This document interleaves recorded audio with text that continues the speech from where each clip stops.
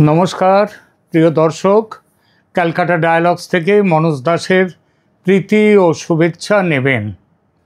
আজকের এপিসোডের ক্যাপশন দিয়েছি, লড়াই চলে এলো আমনে সামনে। কেন এই লড়াই, কার সঙ্গে কার, কোথায়, কিভাবে, এই বিষয়টি নিয়ে আজকের এই আলোচনা। ঘটনাস্থল অবশ্যই বাংলাদেশ, এবং বাংলাদেশের এই লড়াই শুরু হয়ে গেছে সেনাবাহিনীর সঙ্গে। এতকাল লড়াই ছিল না, লড়াইয়ের পরিস্থিতি ছিল, কিন্তু লড়াই শুরু হয়নি। আজকে লড়াই শুরু হয়ে গেল পুরোপুরি। অবশ্য আপনারা বলা যায় যে শুধু আজ কেন, এটা তো কয়েকদিন আগে থেকেই, বিশেষ করে 7 মার্চ থেকে লড়াইয়ের পরিবেশটা তৈরি হয়ে গেছে।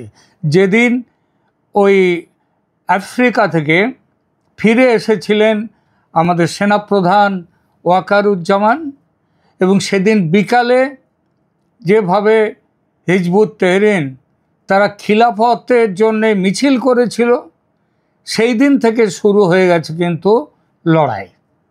এবং সে কিভাবে সেদিন দমন করা হয়েছিল ওই খিলাফতি যারা মিছিলে এসছিল তাদেরকে, সেটা ঢাকার মানুষ দেখেছেন।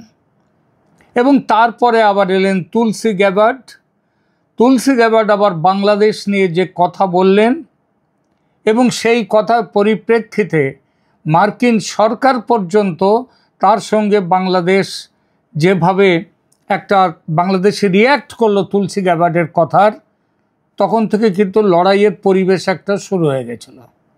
এরপরে গত বৃহস্পতিবার, এই গত বুধবার, পরশুদিন, আজকে তো শুক্রবার, শনিবার আজকে, আর বুধবার বিকালে, বুধবার আমাদের সেনাপ্রধান যমুনায় গিয়ে দেখা করে এসেছিলেন, কথা বলে এসেছিলেন 1 to 1, দুজনের মধ্যের কথা বলে এসেছিলেন। আমরা আমাদের চ্যানেলে সেই বিষয়টা নিয়ে কিন্তু এখানে অনেক কথা বলে গেছি, আলোচনা করে গেছি, যে সেদিন কিভাবে সেনাপ্রধান সাবধান করে দিয়ে এসেছিলেন ইউনূসকে, মোহাম্মদ ইউনূস প্রধান উপদেষ্টাকে। আমরা বলে এসেছিলাম যে আপনারা জানেন যে বাংলাদেশে যা ঘটে, সেই ঘটনাটা ঘটে বটে বাংলাদেশে, কিন্তু বাংলাদেশের ইচ্ছায় সেটা ঘটে না। সেই যে ঘটনাগুলো ঘটে, তার সেই ঘটনার পেছনে থাকে যাদের প্রেসক্রিপশানে এই ঘটনাগুলো ঘটতে থাকে, তারা কিন্তু থাকে বাইরে, দূরে। আপনারা জানেন গত বছর আগস্টে, যে জুলাই আগস্টের যে ষড়যন্ত্র চলেছিল বাংলাদেশে, সেই ষড়যন্ত্র তৈরি হয়েছিল আমেরিকায়। বাইডেন প্রশাসনের ঘরে, সেখানটায় তারা করেছিল। বাংলাদেশে সেটার এফেক্টটা আমরা দেখেছিলাম। বাংলাদেশ ছিল পটভূমি, কিন্তু প্ল্যানিং বাইরে। তো আমরা এবারও বলছি, বাংলাদেশে যে ঘটনা ঘটতে যাচ্ছে, এবং আমরা বারবার বলেছি 31শে মার্চের মধ্যে একটা বড় কিছু ঘটতে আপনারা দেখবেন। আমি কিন্তু এখনও সেই জায়গাতে অটল আছি। 31শে মার্চের মধ্যে কিংবা তার 2-1 দিন আগে পরে, মানে বেশি দেরি হবে না, এই রকম ঘটনাটা ঘটতে যাচ্ছে। এবং এবারও যে ঘটনা ঘটতে যাচ্ছে, সেই ঘটনার প্ল্যানিং সেটাও কিন্তু তৈরি হয়েছে বাইরে। কেউ বলতে পারেন এই প্ল্যানিং হয়েছে আমেরিকায়, কেউ বলতে পারেন এর প্ল্যানিং হয়েছে দিল্লিতে, এটা বলতে পারেন। এবং সেই যেখানেই যাই হোক না কেন, এতদিন যে সেনাবাহিনী আগস্ট মাস থেকে পুরো 7 মাসের ওপরে চুপচাপ ছিল, মানে যাকে বলা যায় একদম শুয়ে ছিল, ঘুমিয়েছিল, তারা যে জেগে উঠেছে। এবং ওই যে তুলসী গ্যাবার্ড বলেছিলেন, বাংলাদেশ যে পথে যাচ্ছে খুব খারাপ পথ, ইসলামী সন্ত্রাসবাদের পথ, খিলাফত প্রতিষ্ঠার জন্যে সবাইকে, মানে সংখ্যালঘুদেরকে তাদের উপর অত্যাচার, এই সবের যে পথ, সেই ব্যাপারে সতর্ক থাকার কথা বলেছিলেন গ্যাবার্ড, এবং তুলসী গ্যাবার্ড বলার পরে কিন্তু বাংলাদেশ তাদের লাইন কিন্তু চেঞ্জ করেছে। অন্তত সরকারিভাবে না হলেও বাংলাদেশের মিলিটারি আর্মি তারা কিন্তু তাদের ঘুম ভেঙে গেছে এবং তারা কিন্তু রাস্তায় নেমে এসেছে। এটা আমরা বলেছিলাম। আমি গত পরশুদিন মানে দুদিন আগেই আমি একটি এপিসোড এখানে করেছিলাম। সেই এপিসোডে বলেছিলাম যে ইউনূস সরকার তারাও কিন্তু আমেরিকার কাছে নিজেদের একটা অন্যরকম ছবি তুলে দেখাবার জন্যে তারা কিন্তু কিছু ভেতরে একটা কিছু কাজ করবার চেষ্টা করেছে। এটা অন্তত আইওয়াশ হলেও দেখাবার চেষ্টা করেছে। আমি বলেছিলাম 103 জন এই যে উগ্রপন্থী সন্ত্রাসী, ইসলামী সন্ত্রাসী, তাদেরকে ধরার তাদেরকে জেলে ঢোকানোর একটা প্ল্যান তৈরি হয়ে গেছে। এটা তৈরি করেছে কিন্তু সেনার চাপে করেছে কিন্তু ইউনূস সরকার। কারণ সেনা তো সরাসরি কাউকে ওইভাবে ধরে নিতে পারে না। তো ইউনূস সরকার অবশ্য এখন ম্যাজিস্ট্রেসি পাওয়ার আছে, সুতরাং করতে পারে, কিন্তু তারা ইউনূস সরকারকে চাপ দিয়ে এটা করেছে, এই যে লিস্ট করতে গেছে। এবং হিজবুত তাহরীরের তাদের বিভিন্ন মিছিলগুলোকে বন্ধ করবার একটা চেষ্টা করছে, এবং যে চেষ্টার জন্য আমেরিকা আবার তাদেরকে সাধুবাদ না হলেও স্বাগত জানিয়েছে এই চেষ্টাগুলোকে। তো এখন আজকের কথা দিয়ে এইবার শুরু করি। এগুলো আমি বলেছিলাম 103 জন, তাদের মধ্যে কারা কারা আছে, এমনকি 3 জন যে উপদেষ্টা রয়েছে তাদের মধ্যে 2 জন সমন্বয়ক আছে, 3 জন সমন্বয়ক উপদেষ্টা, তারা যে গ্রেপ্তারের মুখে আছে তাদের যে তালিকা তৈরি সেটাও বলেছিলাম। এবং সেই তালিকার পরে গত বৃহস্পতিবার রাত্রে ফেসবুক পোস্ট দিয়েছেন হাসনাত আবদুল্লাহ। তিনি অবশ্য উপদেষ্টা নন, তিনি সমন্বয়ক। এই হাসনাত আবদুল্লাহ তিনি একটা ফেসবুক পোস্ট দিয়ে তিনি যাকে বলেন সরাসরি সেনাপ্রধানকে চ্যালেঞ্জ ছুড়েছে। আবার সেটাই তাই শেষ নয়, হাসনাত আবদুল্লাহর সেই ফেসবুক পোস্টের পর আবার আরেক উপদেষ্টা সমন্বয়ক, এই যে সজীব আহমেদ ভূঁইয়া, আসিফ আহমেদ সজীব ভূঁইয়া, তিনি আবার আরেকটা পোস্ট দিয়ে হাসনাত আবদুল্লাহকে সমর্থন জানিয়েছেন।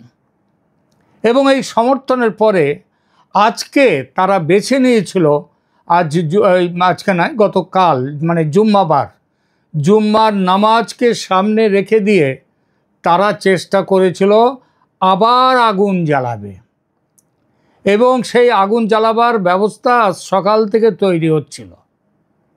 কিন্তু সকাল থেকে যেমন যারা আগুন জ্বালাবার জন্য তৈরি হচ্ছিল, তেমনি সেই আগুনের পাল্টা দেওয়ার জন্যে সেনাবাহিনীও কিন্তু প্রস্তুত হয়ে রয়েছে।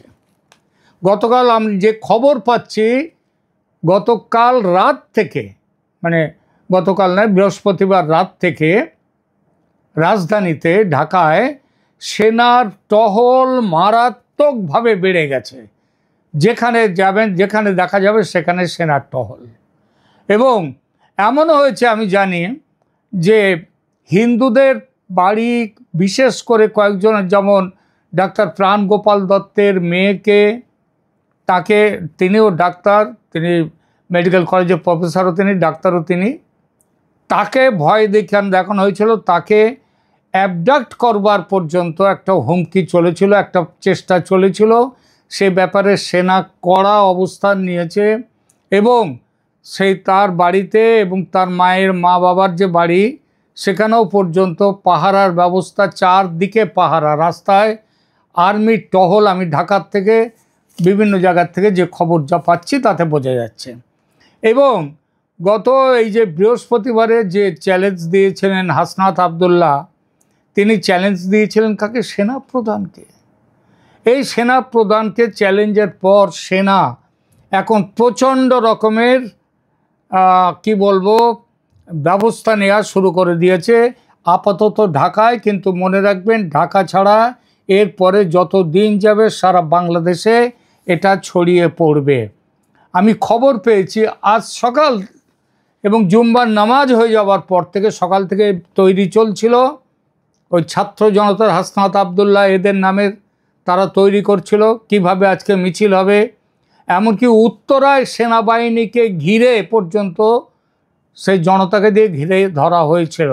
এবং সেখানে যেসব স্লোগান চলেছে সে স্লোগানগুলো অদ্ভুত।